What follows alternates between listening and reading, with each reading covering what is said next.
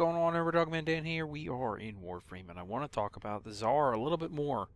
I'm not quite finished with it yet, so anything that you see right now is still a work in progress when we get to it in a moment. But Hotfix 1903, which came out like yesterday, actually gave some balance changes to the ZARR. Okay, so we'll take a quick look at these stats that are on the right-hand side of the screen, if you will. I want to just kind of talk about that. So the balance pass, if you will. The status change was increased, so it was originally 15%, so now it's a 20% status chance as your base. Okay, the critical chance was moved from 10% up to 15% as your base. Okay, now there's two different modes to this weapon, which I haven't showcased yet. There's a barrage mode and there's the cannon mode, both equally fun. Okay, one can just pretty much kill you, or it could. Now, not so much. I'll explain that in a minute. But the barrage range was increased from 12 meters to 15 meters, and it's like a big blunderbuss, if you will, in barrage mode. So that's pretty awesome, but it's a big, like, you know, freaking pellety shotgun type of thing that just, you walk up to an enemy and you one-shot kill the thing. Alright, we'll showcase that, trust me.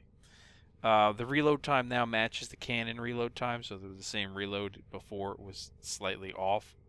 Okay. They added punch through in barrage mode, interestingly enough. Not in cannon mode, but in barrage mode. Okay, and then finally they actually removed the self-damage from the secondary cluster bombs. So you could, and you still can, kill yourself with the ZARR in cannon mode.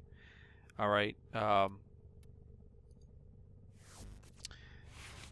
but you can no longer take damage from the secondary clusters that explode out from the weapon, which, I don't know, I'm kind of iffy on it. I kind of liked it that way. It was more of a challenge having it there, but I know a lot of people complained about it, so it got taken out. Okay, I can understand that as well, so I can understand it from both sides. Interestingly enough, okay, that in update 1904, which just came out today, Adhesive Blast now works on the ZARR. As you can see, I'm one format in. Okay, so Adhesive Blast will now work on your ZARR. Interestingly enough, I am really liking it. It's pretty fun. It's pretty enjoyable. I love the impact that it does. I just love watching the enemies fly randomly all over the screen. It's quite fun.